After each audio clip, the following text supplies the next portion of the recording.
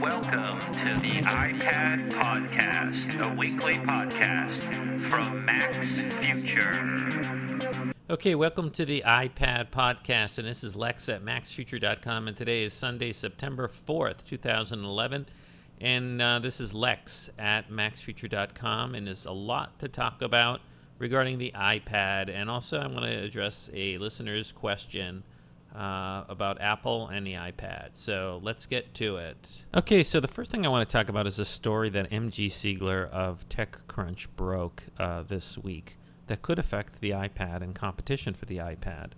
And the story is that MG Siegler actually got his hands on a Amazon Kindle tablet that he claims is very real and that he's seen and he's played with, which runs Android, and it runs a forked version of Android. And basically, according to his article, which I've linked to on the blog, Amazon's been developing a 7-inch Android tablet and a 10-inch Android tablet. And Siegler is saying that for now, Amazon's abandoning going with a 10-inch tablet, which would compete with the iPad in terms of screen size, and instead is going to launch a 7-inch Android tablet. And according to Siegler, it could be released as early as October and maybe November, and that it could cost only $250. And what Siegler says, he liked it a lot. It was light, and he says it's running a forked version of the Android operating system.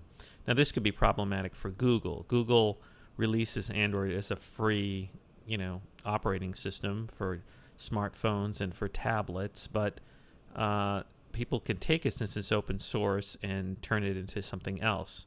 And so Siegler's saying that the Android tablet has a forked version. In other words, not a pure Android device, that it's a full color screen. It has a 7-inch capacitive touchscreen, but it's not a full multi-touch like the iPad, which is 10 fingers. That it's instead going to rely on 2-finger multi-touch, and that this would be also the first Kindle with a full color screen, and it's backlit, and there's no e-ink. Now, the current Kindles, which sell, I think, are like 6 inches in size, but sell for a little over $100, run e-ink, which has really long battery life.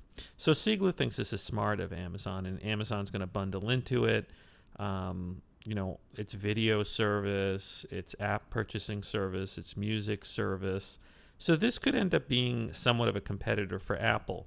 It's a competitor for Apple in a smart way, and Siegler says this, which is that it's not trying to directly compete with the iPad, which has almost a 10-inch screen and starts at $500.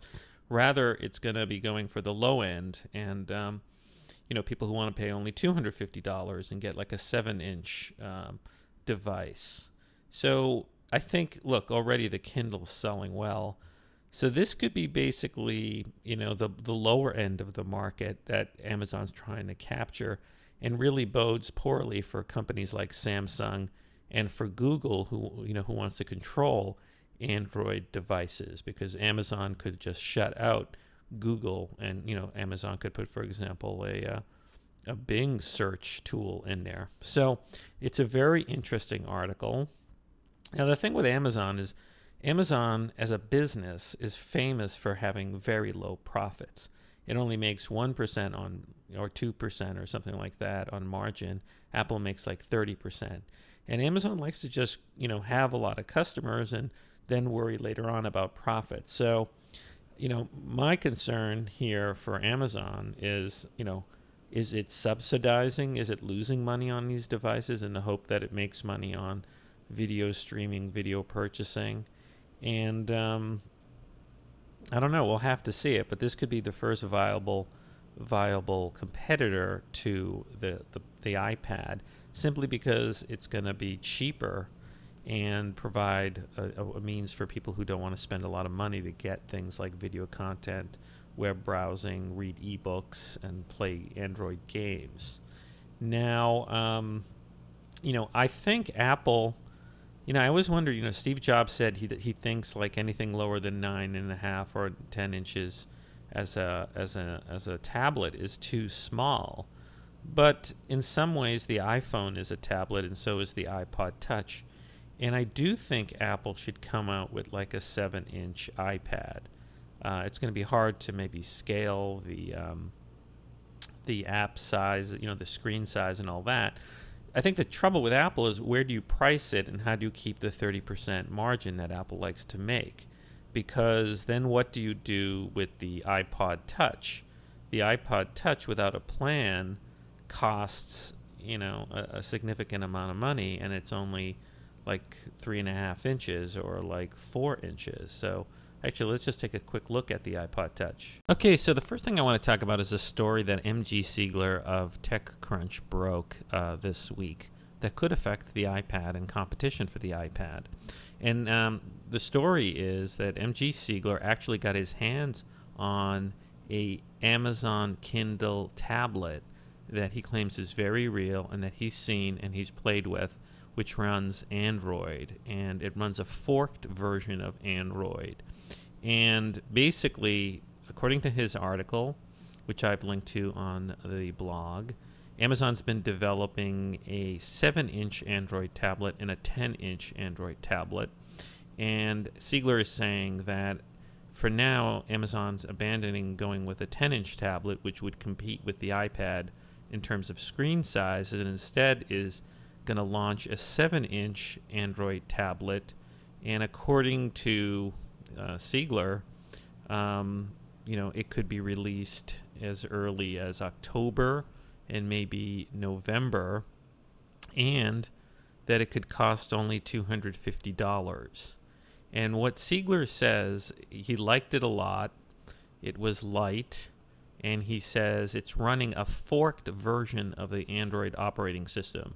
Now, this could be problematic for Google. Google releases Android as a free, operating system for smartphones and for tablets, but people can take it, since it's open source, and turn it into something else. And so Siegler's saying that the Android tablet has a forked version. In other words, not a pure Android device, that it's a full color screen. It has a 7-inch capacitive touchscreen, but it's not a full like multi-touch like the iPad, which is 10 fingers. That it's instead going to rely on 2-finger multi-touch, and that this would be also the first Kindle with a full color screen, and it's backlit, and there's no e-ink. Now, the current Kindles, which sell, I think, are like 6 inches in size, but sell for like a little over $100, run e-ink, which has really long battery life. So Siegler thinks this is smart of Amazon, and Amazon's going to bundle into it. Its video service, its app purchasing service, its music service. So this could end up being somewhat of a competitor for Apple. It's a competitor for Apple in a smart way, and Siegler says this, which is that it's not trying to directly compete with the iPad, which has almost a 10-inch screen and starts at $500. Rather, it's going to be going for the low end, and people who want to pay only $250 and get like a 7-inch device. So I think, look, already the Kindle's selling well.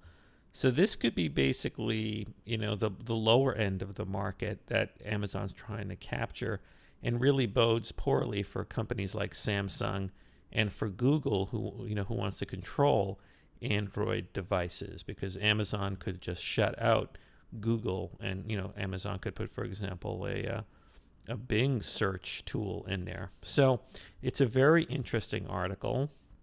Now, the thing with Amazon is, Amazon as a business is famous for having very low profits. It only makes 1% on, or 2% or something like that on margin. Apple makes like 30%. And Amazon likes to just, have a lot of customers and then worry later on about profits. So, my concern here for Amazon is, is it subsidizing? Is it losing money on these devices in the hope that it makes money on video streaming, video purchasing? And I don't know. We'll have to see it. But this could be the first viable viable competitor to the iPad, simply because it's going to be cheaper and provide a means for people who don't want to spend a lot of money to get things like video content, web browsing, read ebooks, and play Android games. Now, I think Apple, I always wonder, Steve Jobs said he thinks like anything lower than 9.5 or 10 inches as a tablet is too small. But in some ways, the iPhone is a tablet, and so is the iPod Touch.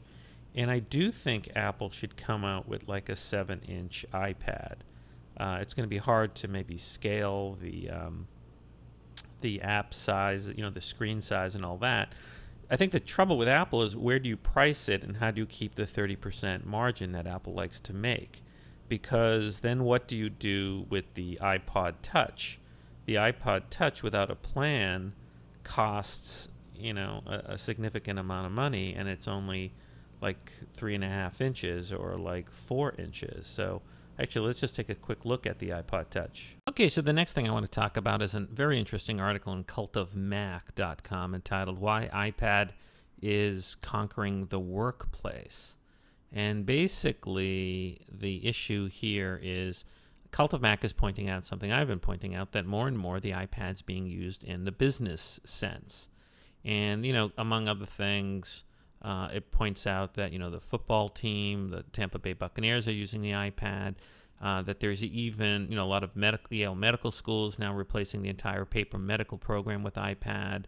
And there's also an app out called Board of Directors, which is designed for anyone who sits on the board of directors of a company for taking notes, presenting, voting, and tracking meeting schedules. And that sounds fascinating. So, but Cult of Mac's Mike E. Elgin makes a very good analysis here. He says, so what's happening here?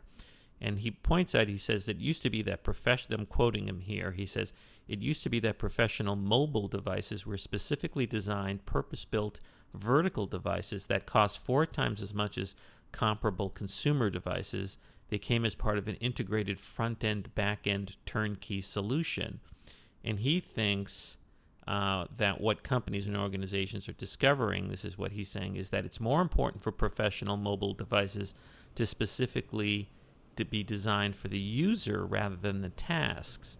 And he says that the iPad is ideal for many professional applications because they're cheap, they don't require much training, they're easy to build apps for, they're small and light, and everybody loves using them.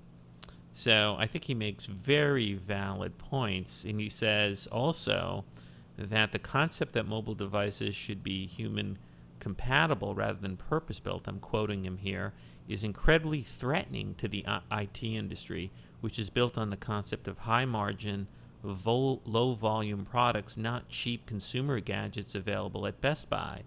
It goes on to say it also raises something of a philosophical issue regarding whether interface devices like the iPad are part of the organization or part of the user.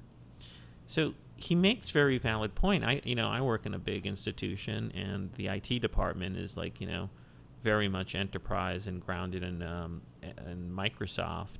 And, I think they do see the iPad as a threat to the control of the enterprise and the IT departments.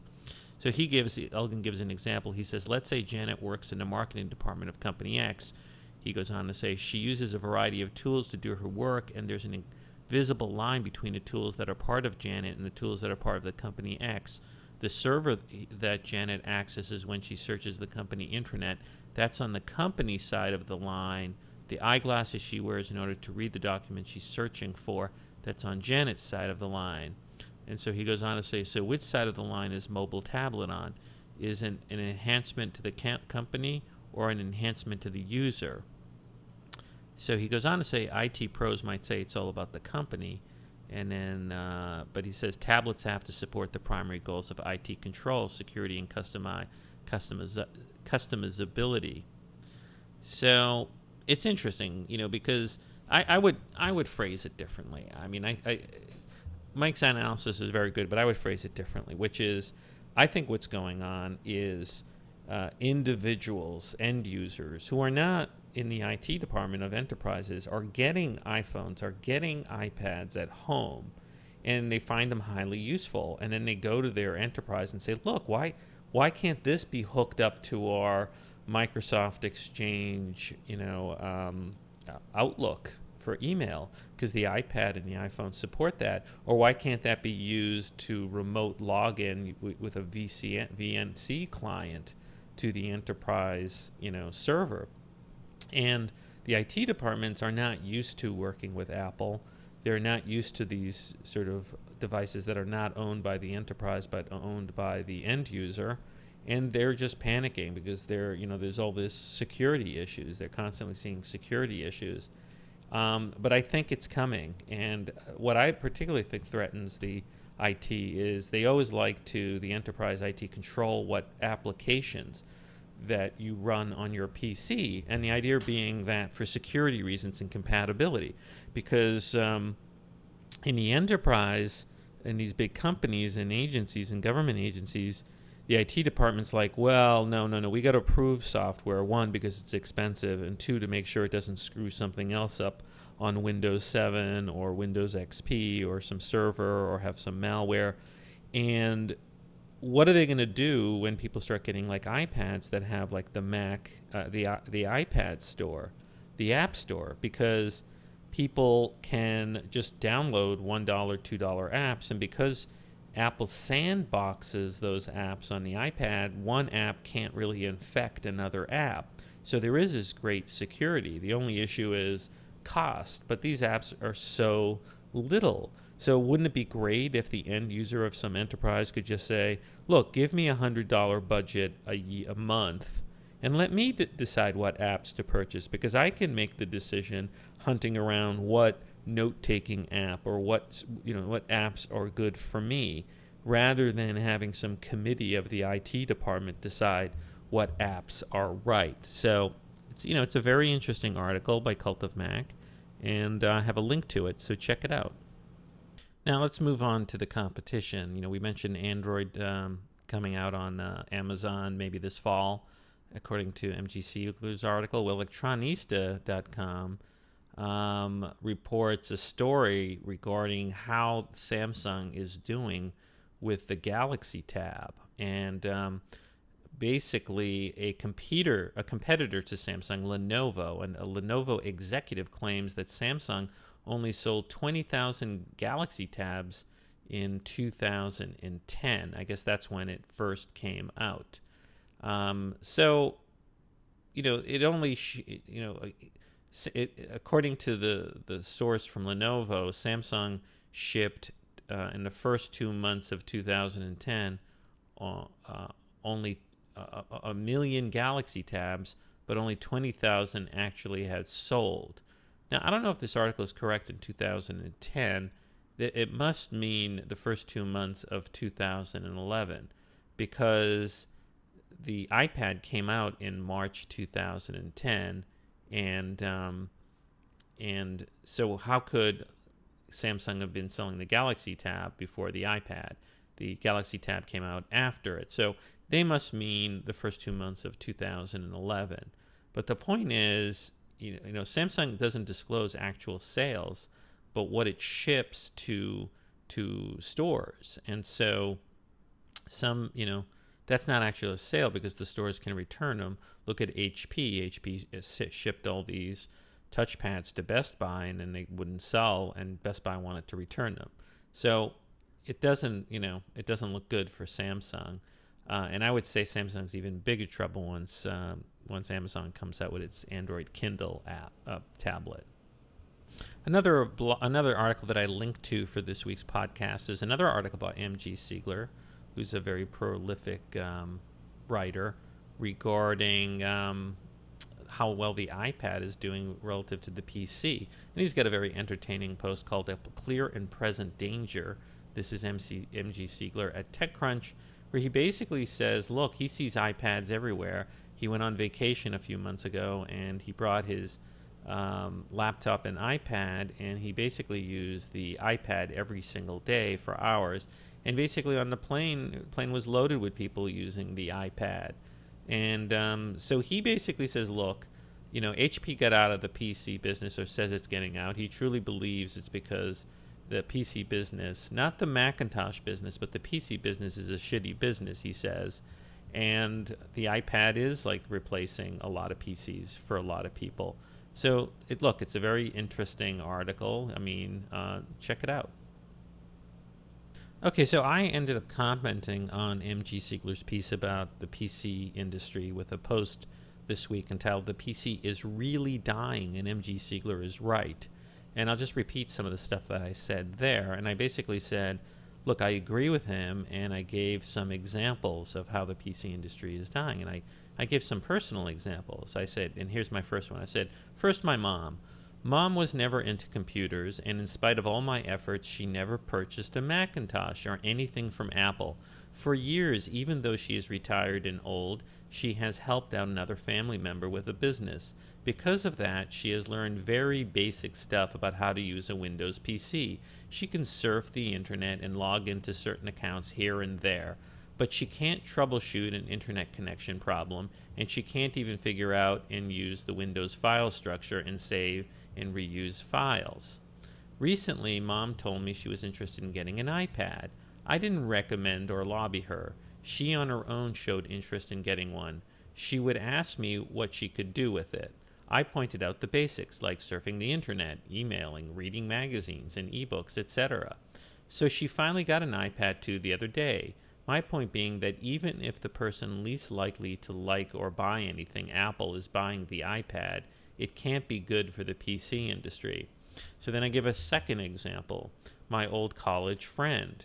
And I say, the other day I got a call from an old college friend. He is a journalist for a major city paper. Like my mom, my old college friend has never owned a Macintosh or any Apple product. Despite my lobbying over the years, he never purchased a Macintosh because he considered them too expensive for his limited computing needs at home.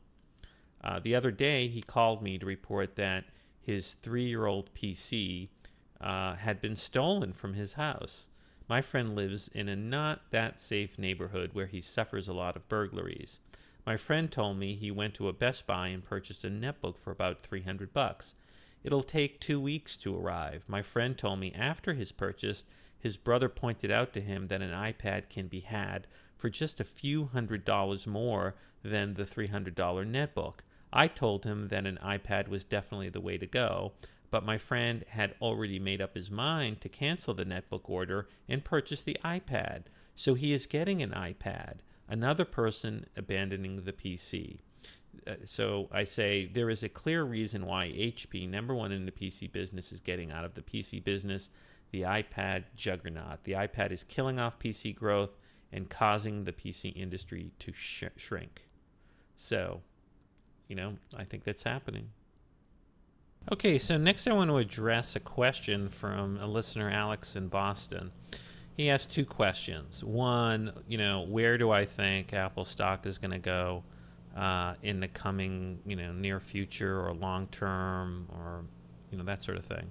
And the other question is, where do I see the iPad going in terms of future development by Apple? Now, first off, in terms of where Apple's stock price is going, first of all, I'm not a securities analyst. I personally own Apple stock, and so I can't really make predictions about Apple stock. And so you should not follow or listen to anything I say about investing, because investing is highly risky. That being said, Apple's fundamentals are very good, but any investment in any security has high risks in the short run. So Apple stock is currently trading at $374.59 as of September 2nd, and its 52-week high, which means the highest price it's ever had in the last year, is at $404. So it's down from that high. And a lot of Apple's price trading is going to be also heavily based on the stock market. So it's very difficult to predict. But analysts are saying that Apple, in terms of its fundamentals, that it's a rather cheap stock. Its current PE ratio is $14.80.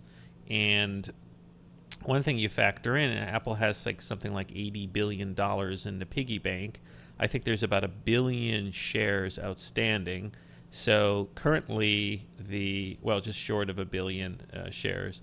So what does that mean is the market cap for Apple is $346 billion and the stock price is $374. But, if somebody purchased the whole company for $346 billion, they'd get $80 billion back in cash. So actually, you factor that into the price, it's actually a lower PE ratio than 14.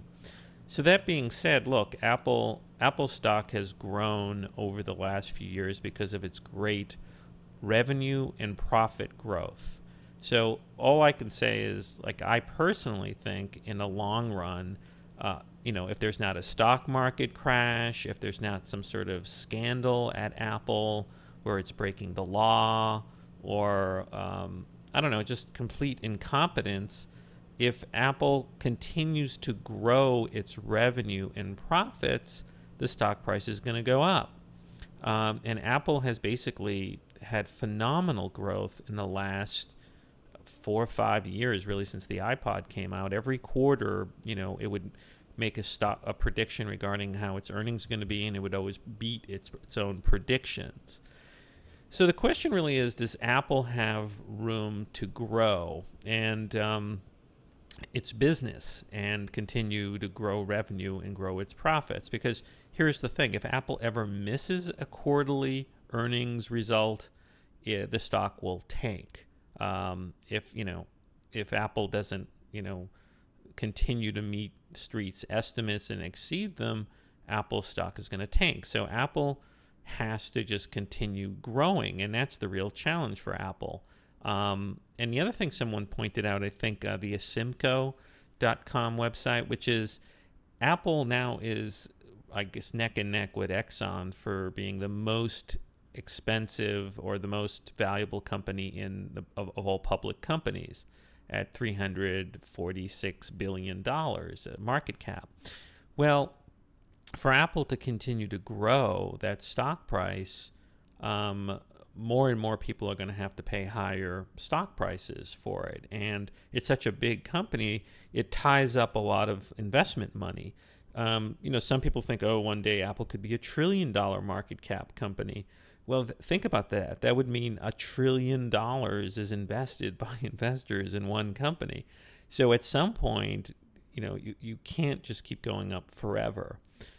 So that being said, I am bullish. But let's take a look, because there is a website that showed you where Apple's revenue and profits are coming from, and it's very interesting. Okay, so in terms of Apple's growth and that sort of thing, one interesting website to check out is post-ATEventi.com, and they put together this chart that really shows Apple's growth in the last year for the period ending June 25th, 2011 compared to the year before. And basically Apple's revenue has grown from $44 billion to almost $80 billion in 1 year for the same period. And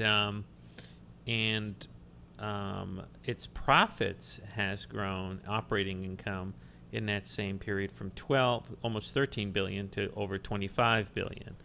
So the question is, how does that get that growth going? And what this analysis showed, that there's a lot of growth going on, in particular in Asia Pacific, which went from $5 billion to $16 billion, and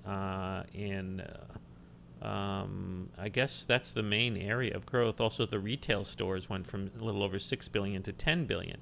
So, I guess Apple could continue growing. My view is that Apple revenue and profits could continue to grow in Asia, in other parts of the world.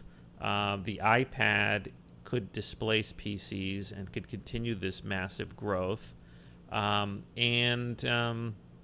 Also enterprise. Remember, Apple doesn't have a big presence in enterprise, and things like the iPhone and the iPad give Apple the means to penetrate the enterprise, which is a huge market controlled by Microsoft.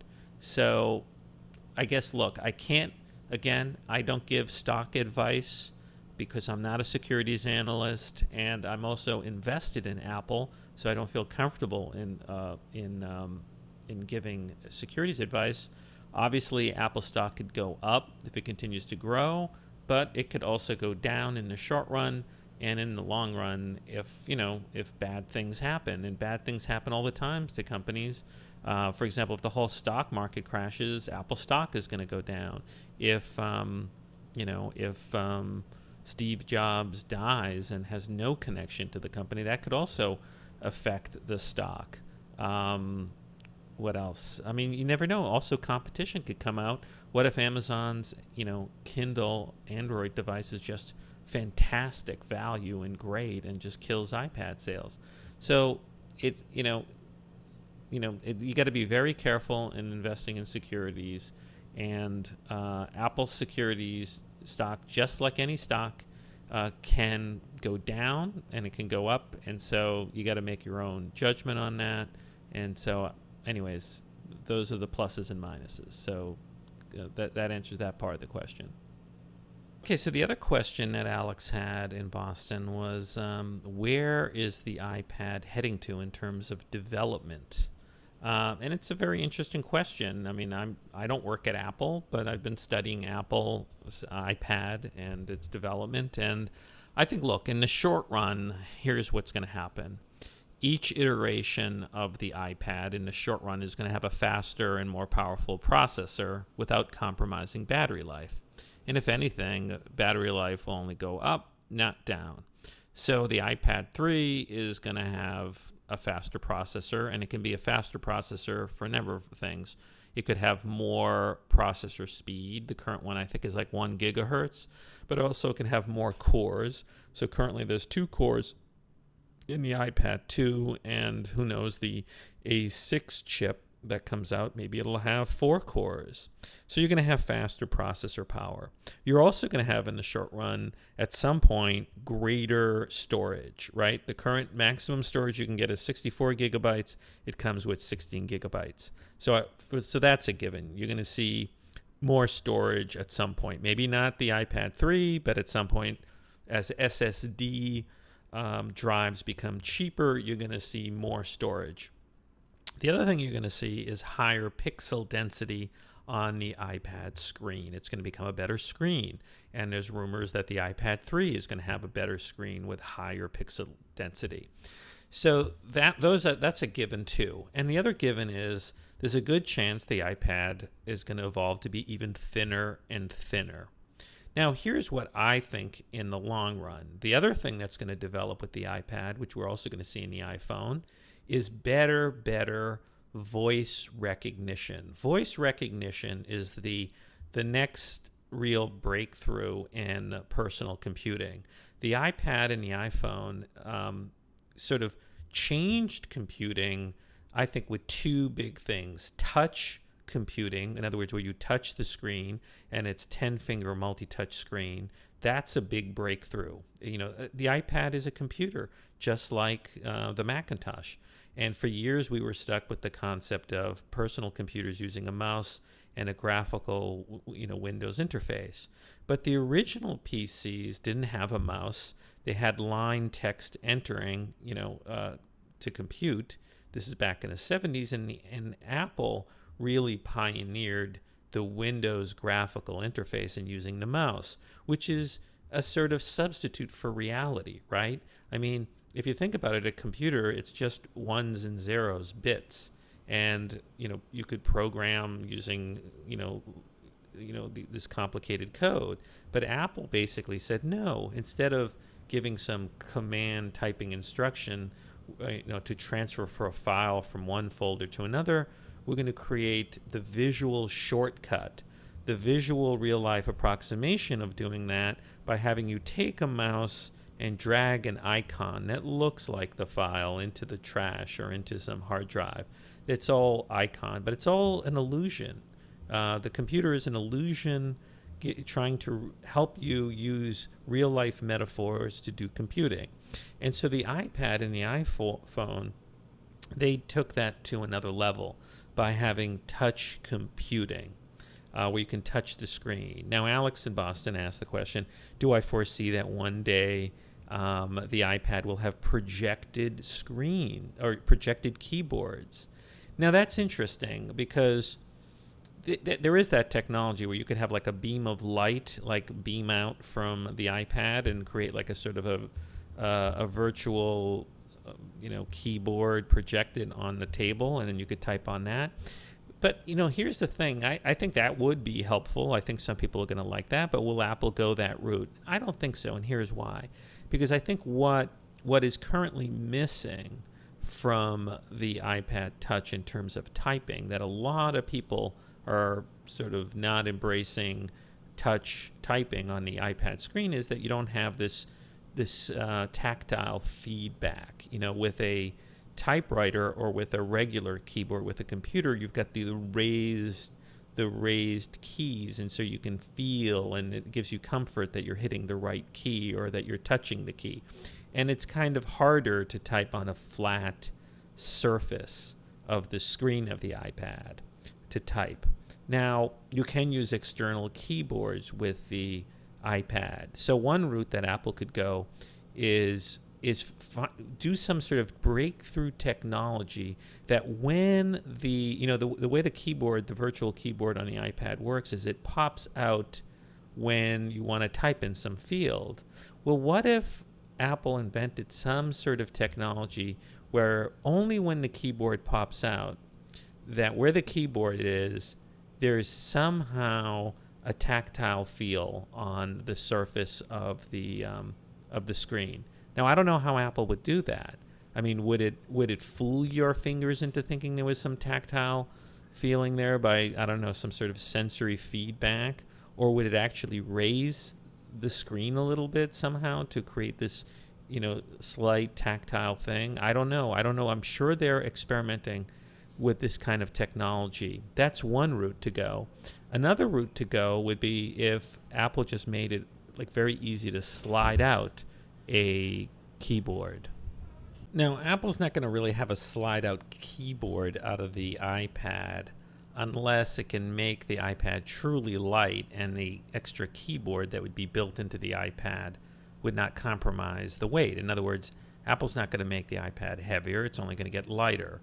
So the technology for making really firm component parts that could sort of pop out would have to get really much better, where they're very firm and can slide out. So I could see Apple making some sort of slide out keyboard. Now the thing is, though, remember Steve Jobs no longer the CEO, but Apple likes to have elegant solutions, and the tricky thing with any sort of slide out keyboard is how do you make it elegant? Another route Apple could go is to make its own case with a keyboard built in. There's a huge cottage industry in cases for the iPad, and there's a lot of cases that have like these built-in Bluetooth keyboards. Well, it would be great if Apple could make a really light, solid case for the iPad, like the smart cover, but that has a keyboard built into it.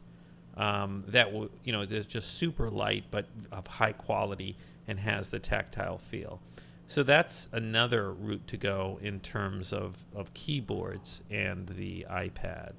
Finally, another route for the iPad to go, which I've been saying from the get-go when the iPad first came out, is having the iPad merge with the Macintosh. And here's what I envision. Like, I have a MacBook Air, an 11-inch MacBook Air, and in form factor, it's very close when you close it to being like the iPad. Well, what if in the future, the Lion operating system for the Mac becomes more and more looks like the iOS on the iPad? Well, first of all, I could see a time when the apps that you have on the iPad and the iPhone, if you wanted to, work on a Macintosh operating system, whether it's Lion or Lion's successor. And so it would be a huge selling point, because anybody who has an iPhone or an iPad, you could tell them, oh, look, you can use these apps with a more powerful computing device like a Macintosh. But here's what I imagine happening. I imagine that it'll be a gradual thing. What's going to happen is the iPad's going to become more and more powerful, and as it becomes more and more powerful, high-end computer users are going to be comfortable using the iPad for high-end computing. For example, the most high-end computing is probably video editing, because it takes so much processor power, or huge computational, processing tasks. Well, right now you can edit a movie using iMovie on the iPad, but it's still nowhere near like the power of a Macintosh. But what happens as they make these chips more and more powerful, the line between what's an iPad and a Macintosh is going to blur, and at some point the operating system is going to blur. And I could see at some point there being a convertible iPad MacBook Air. And here's my concept, and I talked about this before. What if you could have an iPad / MacBook Air combo be dual booting, so that you could quickly switch between, let's say, Lion or Lion's operating successor and iOS on the iPad. You could just seamlessly go back and forth between the two. And let's say you could make a MacBook Air that's like an iPad, very thin, and then have the keyboard slide back and hide behind the panel that is the display, so that it becomes in look and feel just like an iPad. And maybe this iPad, when the technology progresses, will be a little thicker than an iPad that's not a convertible Macintosh iPad. But how cool would it be if you had an iPad MacBook Air that you could just sort of flip out the monitor and reveal that you've got like the keyboard and you've got the operating system. Frankly, all you need is a keyboard, like a real keyboard, connected with the MacBook, with the iPad, and then you've got a MacBook Air. And at some point, you're going to be able to like run a more complicated operating system in addition to iOS. Now, what could also happen is the operating system for the iPad, maybe at some point it'll have more and more features of the traditional operating system. Now, Apple's going to be hesitant to do that, because one of the reasons that the iPad is so great is that users don't have a lot of choice. By taking back choice, you make devices simpler, so that, for example, my mom can use it. When you have a complicated file structure and you can go into all sorts of settings, the more complicated it is for everyday users. So that's the problem. How do you keep it simple, and on the other hand, put more features in so power users can use it? So maybe what Apple will do is have higher end iPads that give you this additional operating system, and you can then use that to do more complicated stuff that you couldn't do on a regular iPad iOS. So the other thing we're going to see in terms of growth is iPads with bigger and larger screens, and even smaller screens. Because right now, in terms of tablets, Apple has the 3.5-inch form factor of the iPhone and the iPod Touch, and a 9.7-inch iPad. Well, I predict Apple will come out one day with like a 7-inch iPad. One of the challenges, how to scale the apps so that they work well on a 10-inch screen as well as a 7-inch screen in terms of pixel resolution. How do you do that? You'd have to develop some sort of software technology that would seamlessly and beautifully scale it, because that's the real challenge when you have different screen size. So I do think at some point you're going to have a 13-inch iPad or a 12-inch iPad screen size, and maybe even a 20-inch iPad. And I think what is today's 27-inch iMac may become one day a 27-inch iPad that tilts, and you can use a touch display with it. So I see that happening. I also see, maybe in the short run, some sort of official interoperability between the iPad, the iPod Touch, and the iPhone on one hand, and a computer like the iMac. I could see Apple maybe making a keyboard where you dock flat, like the iPad, to the right, and it becomes like a mirror touch control for the iMac. In other words, right now we have the Magic Trackpad, and there are these third-party apps that allow you to virtually see everything on your Macintosh, on your iPad. Well, what if Apple, saw that a lot of people were using the iPad near the iMac or the MacBook Pro and said, we're going to just make it easy. We're going to have an easy app for you to use your iPad as the multi-touch control for your Macintosh. So that's something else that we could see. So finally, in answering Alex's question, I guess I'll make this observation. I think in the long run, we are going to see tablet devices, and maybe it'll come from Apple, maybe it'll come from Amazon, or maybe from someone. But we are going to see tablet devices that are so thin and so fast and so powerful and have such great screens that you can read like e-ink in outdoor areas. E-ink doesn't use backlighting and is easy to see in natural lighting. And maybe at some point the Apple iPad will have both this sort of backlighting, to watch videos and to, read at night, but also maybe it'll have some incredible technology to be like e-ink, so that when you're in daylight, it's like a natural book or a natural magazine. And I do think, I truly believe that these tablet devices, we will have some that are very much like, that sort of thing. Okay, so speaking of seeing the future, I wrote a little post after reading a great book that came out in actually the early 1980s, around 1984, by a guy named Michael Moritz, who was a Time magazine journalist at the time, and now he's a famous venture capitalist. He wrote a book called Return to the Little Kingdom. And it was a little tidbit in that book that showed that even Steve Jobs back in the early 80s was dreaming of something that sounds like the iPad. And here's what Moritz's book says. He was describing Steve Jobs speaking to a group of students at Stanford in the early 80s, and this is what what the book says about Steve Jobs. It says, quote, "He told the students about the company's Lisa computer, disclosed his dream of putting a computer in a book, and promised, we won't put garbage in a book because our competition will do that." So he was dreaming of putting a computer in a book.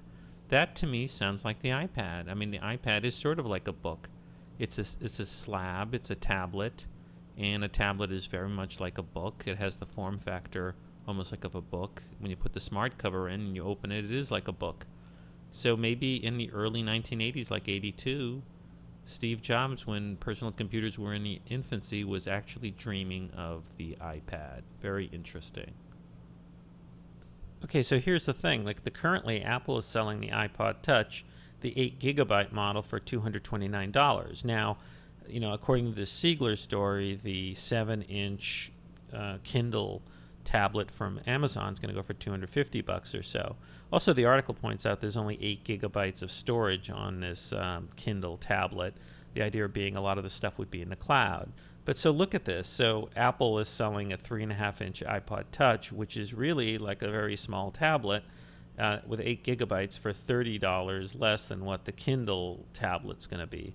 So the Kindle, Android tablet, if it goes for $250, could cut into iPod Touch sales. So Apple's problem is, where would it price a 7-inch iPod Touch or 7-inch iPad? Because the 8GB $229, the bottom end iPad is $500.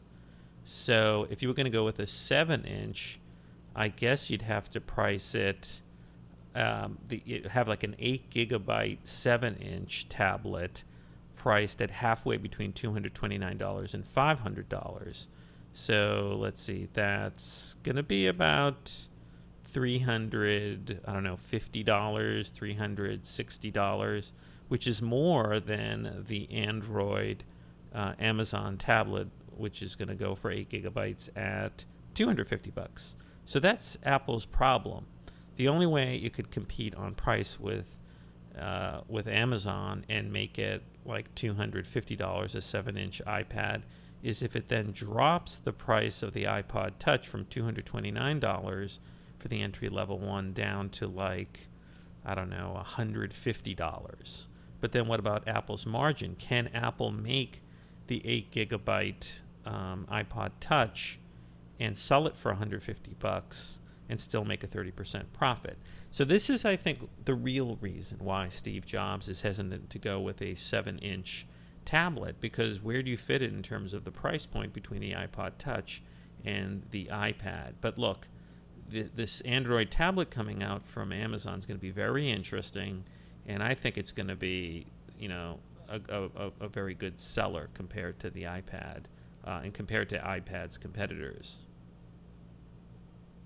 So one thing you're going to see more and more of on the iPad are what are known as HTML5 apps. These are essentially web apps that use HTML5, and they're a way for people to make apps that don't go through the App Store on the iPad. That way the people selling the apps don't have to give 30% to Apple or have to give 30% of anything that they sell through subscriptions or sell through the app. And so when Apple created iOS for the iPhone, originally the concept was that there were going to be web apps. And web apps are, you can basically go to a website that is prepared as an app for the iPad and just say save to home screen. So GigaOM, a website, has an article from Darrell Etherington which points out that recently the Financial Times, a major newspaper which had an app in the App Store, decided to go the HTML route so that it wouldn't have to pay 30% to Apple. And Apple recently pulled the old Financial Times app out of the App Store because it wasn't complying with Apple's policy. But anyways, the GigaOM has a very good article entitled, "Can HTML5 Replace an iPad App? Financial Times to Find Out." So it basically, you know, goes through and considers whether it's possible. I mean, I think the problem is, you know, HTML5 still isn't as great as a native app. And Apple can always make the hardware such so that an app can't have access to certain hardware features that native apps have. I think currently the most storage that an HTML5 app can have on the iPad is 50 megabytes. So, but on the other hand, the technology of HTML5 is getting better and better, so I think we may see more and more. Anyways, check out the article. It's interesting. Follow the Financial Times. You can go to the Financial Times website and save the iPad app, that's HTML5, and see for yourself if it's something that you like. Okay, now to discuss some apps for the iPad that look interesting. One app that got updated and looks pretty interesting is called Checkbook HD by iBear LLC, and it's $1.99. Now, what this $2 app does is essentially a checkbook. It's a checkbook for your app, and basically, you know, I guess you can download and some data from your financial institution, and you know, also input data in manually. And you know, for $2, it might be a good alternative to your banking app, whether it's from Chase or some other major bank. So the UI looks kind of nice. It looks very iPad-ish, and it's $2. And the reviews so far, I see 3 reviews, seem to give it a good rating. I personally use the Mint app to track my finances, and also the USAA app from the USAA Bank and Chase app from the Chase Bank. But, you know, I might get this $2 app to see if it's a better way to write checks. Now, one of the blogs that I always check to look for interesting apps is called Stylish iPad Apps, which is a Tumblr blog that, you know, highlights apps that they think are cool. And one app that caught my attention on their site is Accordion, which is only 99 cents. And, you know, there's been lots and lots of musical apps for the iPad. And this one looks clever because I've never seen this particular instrument highlighted. You know, it has an accordion on the interface and, you know, keys, and it looks like an old-fashioned accordion. So if you're collecting musical apps and want to make an old iPad band, maybe this 99-cent app is worth it. So it's called Accordion, and it looks pretty cool. Another app that you might want to get because it's football season is the NFL 11 app for the iPad. It's been updated, and it's from NFL Enterprise. I had it last year, and basically it's the standard iPad app for the NFL. And it's a standard app. I used it a lot last year, and basically, you know, this year it's pretty much the same thing. It just fixed some bugs. But it's a very basic app, but I found it very useful. You can check out the upcoming 2011 schedule. You can filter your favorite teams' news so you can stay up to date on all off-season developments. And I guess they're going to do some more updates as the year goes on. Look, it's totally free. It's from NFL Enterprises. And, you know, it's just a basic way to follow football. So check it out. Hi. So every week I try to check out the free apps that are ranked as high-standing free apps in the iPad App Store. And one that caught my eye is Crimson Steam Pirates. It's a free app. Now, when I say free, one thing that we're seeing over and over again are apps that then have that are free but then have in-app purchases. So this has a $1.99 in-app purchase of Tales of Captain, I guess, Blood or Bly. So basically, it's a game, and basically you have like voyages. It says that it has 8 voyages that begin with the tale of Thomas Blood's adventure in the Caribbean. You have 2 pass and play multiplayer scenarios. You have a dozen types of ships, subs, and airships, and 20 unique crew members. So, you know, the interface looks kind of cool. There's a lot of these like boat sailing games where you sort of you have boats sort of sail around, and you have like a vertical view down at them, and here, you know, the boats, you sort of draw which direction they're going to go into, and they go and they capture other boats. So look, it's free.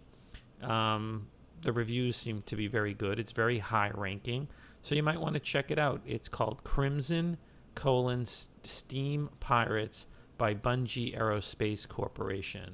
So check it out. Another app that you might want to check out that got updated recently and dropped its price so that it's only $1.99. It's just 99 cents.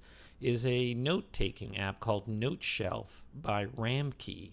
And usually I guess this went for about $5, but they dropped the price, and basically it's a very simple notebook where you can, you know, do note-taking.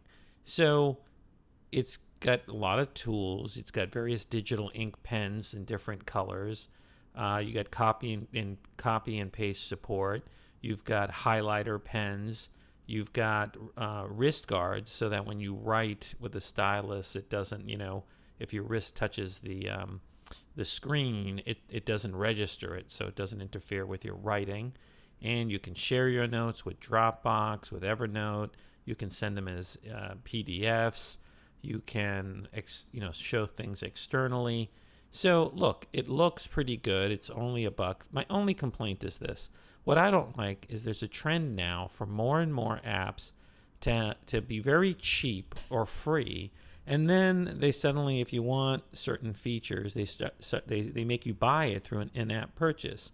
So here, for example, if you want planners, it's 99 cents. If you want leather covers, it's another 99 cents. If you want design covers, it's another 99 cents. If you want various writing papers, it's 99 cents. If you want striped covers, it's 99 cents. If you want design papers, it's 99 cents. If you want shelf themes, it's 99 cents. So, like, personally, I would rather just pay one flat fee, you know, even if it's $5, even if it's like $10 for a really good note-taking app, and not have in-app purchases. Now, that being said, this one does look pretty. It doesn't have the ability to annotate over PDFs. You know, there's one that I've been using that's incredibly powerful. It doesn't have the most beautiful user interface, but it's Note-Taker HD. And it's by the guy who years ago invented VisiCal, the first real like spreadsheet that worked on the Apple II way back in the late 70s. His name is Dan Birkin, I believe. And so anyways, so you could check this out. It's only $1, NoteShelf. But again, my concern is that, you get these free apps or dollar apps, and then you start paying more money to unlock features within it. So overall, it looks pretty solid. The reviews seem to be pretty solid. So it's just another note-taking app into what's becoming a very crowded field of note-taking apps on the iPad. I want to note a very good article by the tuaw.com website. And I guess it's the unofficial Apple website or weblog. And there's an article by Michael Grothus that I think makes total sense. And it's entitled 4 Websites That Need iPad Apps. And it highlights 4 websites that don't have iPad apps, and it makes sense for them to have it. And these are kind of obvious. And they're Facebook. I don't know why there's not an iPad app for Facebook. There is an iPhone app. Mint, I use Mint, which is that free financial aggregating website where you can have all your financial accounts collated and put in one place where you can see everything. And there's an iPhone app, and it's really good. But they should have an iPad app. Similarly, LinkedIn, which is the social network for people in business, doesn't have an iPad app. And finally, Google Docs, which is a great website that Google has to have like substitute for Microsoft Office. It doesn't have a native iPad app or one that's optimized for the iPad. So this is a good point by Michael Grothus, and I'm hoping that these services do provide one in the near future. So thanks for listening to episode 70 of the iPad podcast. This is Lex at the MaxFuture.com website. Again, if you want to check out the video version of this podcast, it has the screen captures of things that I'm talking about. You can go to YouTube and check out the MaxFuture.com channel, or you can go on to iTunes and check out Apple Things, which has the video version of both the Apple podcast and the iPad podcast. Also go to Blip TV. You'll see that same content under the Max Future channel. And also can go to the MaxFuture.com website where I post on Sunday nights the audio and the video podcasts of the iPad podcast. So thanks for listening. And again, if you want a Google Plus invite, just email me at maxfuture@gmail.com. And thanks for listening, and see you next week. This has been a Max Future production.